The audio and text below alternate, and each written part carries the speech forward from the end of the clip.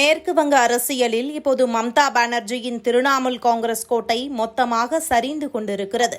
மாற்றம் என்பது வெறும் தேர்தல் மேடை பேச்சில் இல்லை, அது அதிரடி செயலிலும் இருக்கிறது என்பதை அங்கே புதிதாக பதவியேற்றிருக்கும் பாஜக அரசு மிக ஆணித்தனமாக நிரூபித்து காட்டியுள்ளது.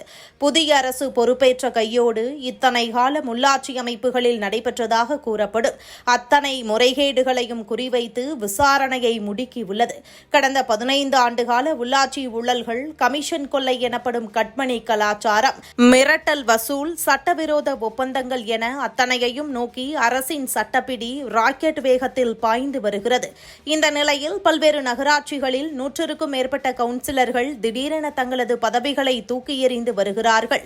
இதற்கு காரணம் தங்களை நோக்கி மிக வேகமாக பாயும் சட்டத்தின் பிடியை கண்டு ஏற்பட்ட பயம்தான். குறிப்பாக பிட்ஹான் நகர் மாநகராட்சியில் ஊழல் புகாரில் முக்கிய திரிணாமுல் புள்ளிகள் அதிரடியாக கைது செய்யப்பட்ட சம்பவம் ஒட்டுமொத்த கட்சிக்கும் அடுத்த டார்கெட் நாம்தான் என்ற நடுக்கத்தை கொடுத்துள்ளது. மம்தாவின் கோட்டை எனப்படும் டைமண்ட் ஹார்பர் பகுதிகளில் விக்கெட்டுகள் வரிசையாக சரிந்து வருகிறது. மேற்கு வங்க மண்ணில் இனி சிண்டிகேட் ராஜ்யம் மற்றும் கட்மணி கலாச்சாரம் என்ற பேச்சுக்கே இடம் இல்லை. அதை வேரோடு ஒழிப்போம் என்று முதலமைச்சர் சுவேந்து அதிகாரி விடுத்திருக்கும் வெளிப்படையான எச்சரிக்கை இந்த ஆக்ஷனை மேலும் வேகப்படுத்தியுள்ளது.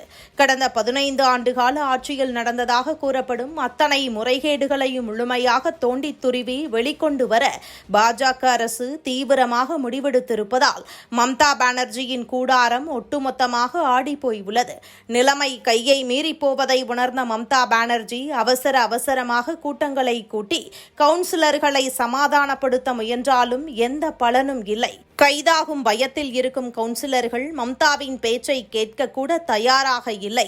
எந்த அளவுக்கு என்றால் மாநகராட்சி கூட்டங்களை கூட நடத்த முடியாமல் அடுத்தடுத்து ரத்து செய்யும் அளவுக்கு உட்கட்சி சிதைவு அப்பட்டமாக தெரிகிறது.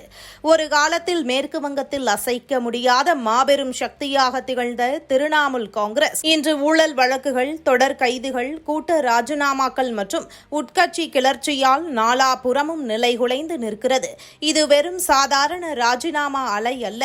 மேற்கு வங்காள அரசியலில் இத்தனை காலம் இருந்த ஒரு சகாப்தம் முடிவுக்கு வந்து ஒரு புதிய அதிகார மாற்றமும் புதியதொரு அத்தியாயமும் தொடங்கிவிட்டதற்கான அசைக்க முடியாத சாட்சியம்.